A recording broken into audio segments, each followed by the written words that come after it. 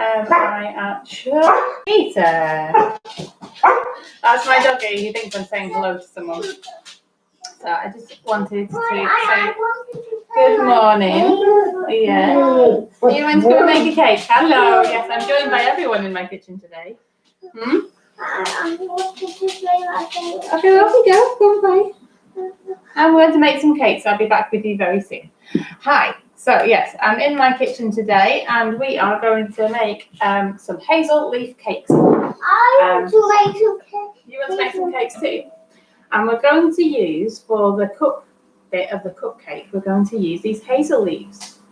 Now, hazel's a really useful tree, and it's really good if you can identify it, because they can be used for all sorts of things. Hazels grow hazelnuts. Did you know that? Yes. Yeah. Hazelnuts. They grow hazelnuts, and if you'll look at it, you'll be able to pick some in the autumn time, as long as the squirrels haven't got to them first, because the squirrels do find them very tasty.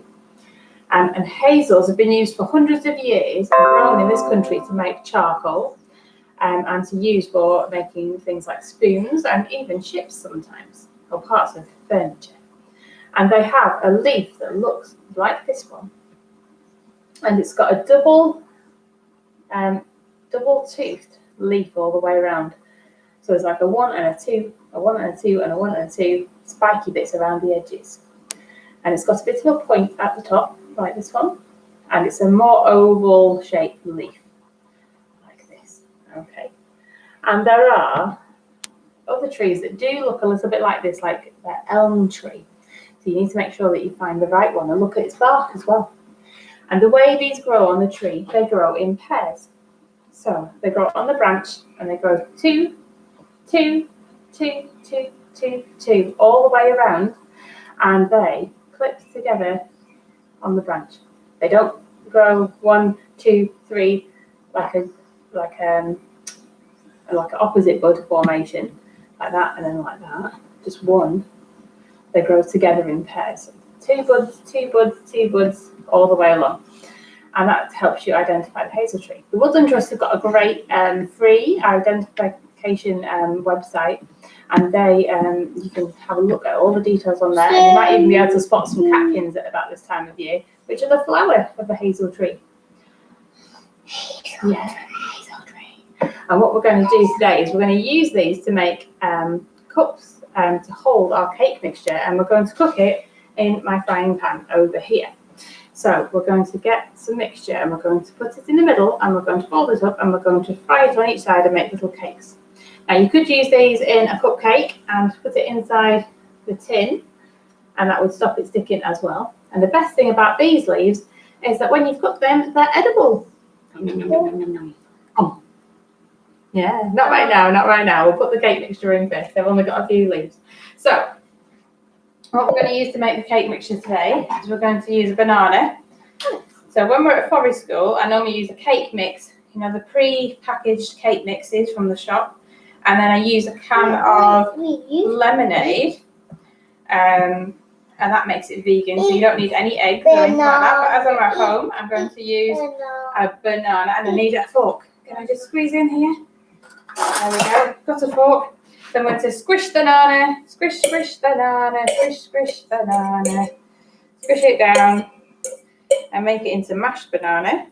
Mashed banana? Yeah. We sing a campfire song with mashing bananas, don't we? We say, peel bananas, peel, peel bananas, peel bananas, peel, peel banana. And then we do, we chop the banana. Yeah, chop banana, chop, chop banana. And we smush it all down like that. That's it. And then I'm going to add an egg. Wow. Nice free range egg there going in. And we're going to mix it up. So you can make pancakes with just this mixture of a couple of bananas and an egg, flour free. But because we need quite a thicker mixture to make sure it stays in the leaves, what we're going to do is we're going to add some flour to it as well. So mushing. Do you want to stir while sorry about that squeaky noise. Oh, horrible. There we go. I'm going to pour some of this in. Flour. And I'm just going to guess how much, but that looks like a good couple of tablespoons, if not a bit more. And it's just starting to become a bit more of a cake batter rather than a runny pancake batter. So just give it a good squidge round. You could even use a potato masher for this at this point. But we just need a good squidgy batter, just like that. Lovely. So that's what I'm going to use for mine. So there's plenty of sugar in the bananas. There should be plenty of flour in there. I might just add a tiny bit more because it's still just a little bit runny. You want it kind of spoonable.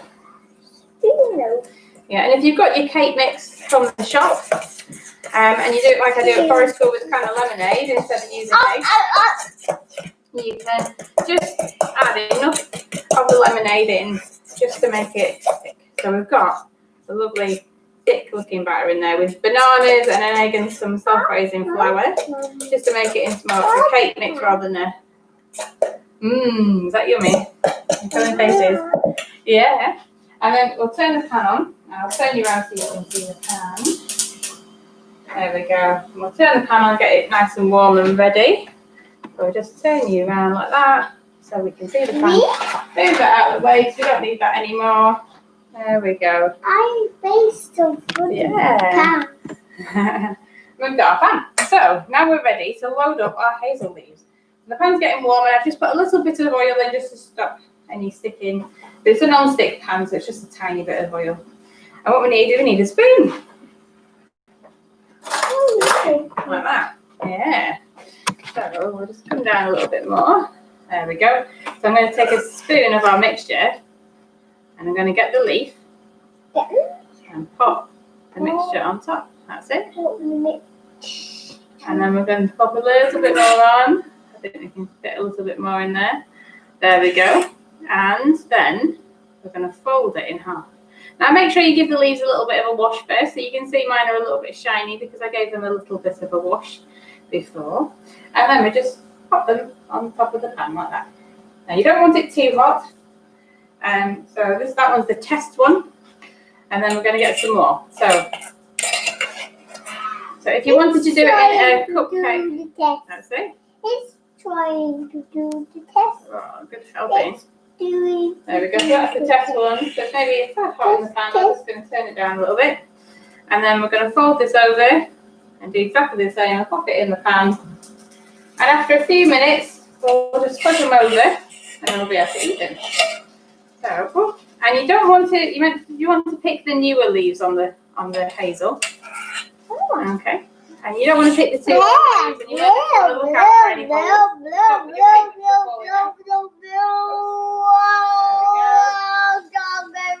might need a little bit of help with this if you are doing this. You might need an adult to come along. So you can see them all nicely cooking in the pan. I've got some more in my little dish over here. We're just reusing. Okay, I've got bananas because we don't need that now. No. Yeah. No. So you see them cooking away. There we go. And I'm just going to see, should we pick up the test one and see if it's ready for turning? Yeah, I might just seal the fork out of here just to help me give it a little turn. There we go. I normally use tongs in this situation, but that is cooking lovely. So it's a bit of a cross between a cake and a pancake that we've got today. So it should be like rather yummy. And you can see, just stand back a little bit, Jack, so I just want to show the camera the cakes. You can see in there it's puffed up lovely. Can you see? It's puffing up nicely, so that means we've got enough in there and it's thick enough. So we just need to leave it for a couple of minutes longer and it'll start going. I'm just going to get a clean fork out just to flip over the other ones because this mixture does have egg in it, so I just need to be a little bit more careful. Make sure I'm not contaminating my eggs. So give those a flip over. Lovely. Should we do some more, Jack? Can we load up some more? So if you want to go and find some hazel, so the leaves sometimes look a little bit different. Okay. So this one's got a really pronounced spike on the top, and this one hasn't. This one hasn't got the spike, but it is off the same tree. And as long as you make sure that you look at the trees and make sure that you've got the right leaf and it's not an elm leaf, you should be okay. So these are all off the same tree, but as you can see, this one is much more pronounced than this one. This one looks a lot more like an elm than this one. So so make sure you have a check for the double spikes, the leaves in pairs, or the buds in pairs, and the colour of the bark as you go. So it might even be, I can turn it down even more. Now I'm much more used to doing these on the fire. So pop this one in here like that. So if you wanted to try it in the oven, you can just pop it in your cupcake tray and pop it in like that, and then fill it up like that, like a little cup. In the oven. If I thought about it, I could have put the oven on and we could have tried one in the oven at the same time. But I have done it like that before. I've done a big one inside my Dutch oven, which is like my cauldron, if you've been to the forest store. The cauldron that we cook our bread in over the fire, or cake, or stews, or soup. There we go, so my last leaf and the last bit of mixture. There we go. Ooh, put it in there. Lovely. And then I think the first ones will be ready. So we'll get these ones in here. Might need to move that one over. Ooh, ta-da. Should we get the plate out, Jack? Should we get the plate out so we can test them and see if they're any good? Oh, did you get a little plate out? Should we get this one? There we go, a nice blue plate. I want the green. Oh, you want this one? Okay. The green. There we go. So we've got a plate ready. I think the ones that we did earlier will be ready. The ones that flipped over. And it's easy to tell because there's a bit of brown going on top of the leaf. Can you see that? Looks yummy, doesn't it? Oh, you can even see the steam coming off the top. So we're going to leave that there to cool a little bit.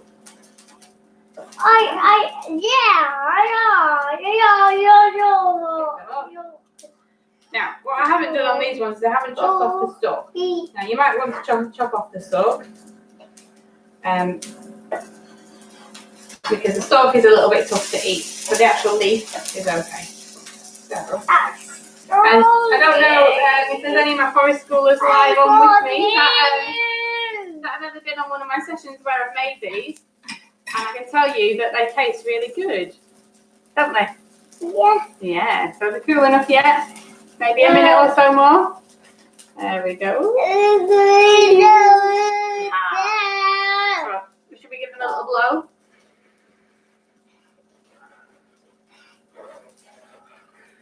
Keep blowing. There we go. Right. Tell you what, we'll chop it up with the fork. Are you? Try a little bit. There we go.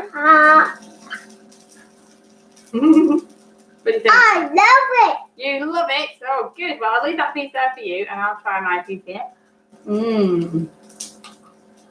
Mmm. Oh, they're nice, aren't they? Mmm. Like banana cakes in a leaf. Mmm. And if you're not sure about the leaf, you can normally peel off the leaf. But I've not tried it with this eggy banana bed. I don't know if it'll peel off very well. But you can normally peel off like that. So you cook it for a bit longer, so the leaf is very dry. So my leaves are very wet because they've been washed and I didn't dry them out very well. But you can see that this piece here has come out and you can take the leaf off and it's cooked underneath. Oh, one dark. Oh, there we go. Sorry you guys on Facebook, I keep moving so the light gets you. But you can peel the leaf off so you don't have to eat the leaf and you're left with a cake underneath. Mmm. That's a great way. It's a great natural way of frying a few cakes and not having to wash up the pan, especially if you're camping. You love the leaves, do you? Yeah? There we go. I'll take off that little stalk for you, Jack. There you go, and you can eat that one up. Do you know what would make them more exciting? To dip them in some jam. Would that be exciting? Wow! Right, I'm just going to get some jam. Jam. Jam! You want to dip them in the jam? Yeah? Dunk, dunk, dunk, dunk, dunk, dunk. Mmm. What do you think of that, guys? I think that's amazing. And these ones are all puffed up and looking lovely over here. And, oh yes, we've got a few more to eat going on there. So if you want to give that a go. So if you weren't here at the start, what I did is I put a banana and an egg and some self-raising flour until it was thick enough to be spoonable into the leaf, because you don't want it too runny because it'll run out of the leaf before it's cooked. Oh, are you stealing my leaf? There you go, are you feeling it off? Ooh. There you go. Oh, there's a stalk. I'll take the stalk off. And mix it up. What I do in the woods normally is I get the pre-packed cake mix, but I know that's hard to get hold of at the moment. I put some lemonade in it until it's a thick batter, and then use that instead. And then it's vegan, egg-free, all the good stuff. Okay, as long as you pick the milk-free one. So, thanks for joining in, everyone, today. Should we say bye? Bye! Bye! Give them a try, they'll be really good. If you've got a little fire at home, or if you've got a pot and a pan, give them a go, see how they turn out. Tell me if you like the taste. If you have any problems IDing things, give me a shout and I'll send you some stuff over. Bye! Bye! Bye! Bye! Chop bananas, chop, chop bananas. Bye!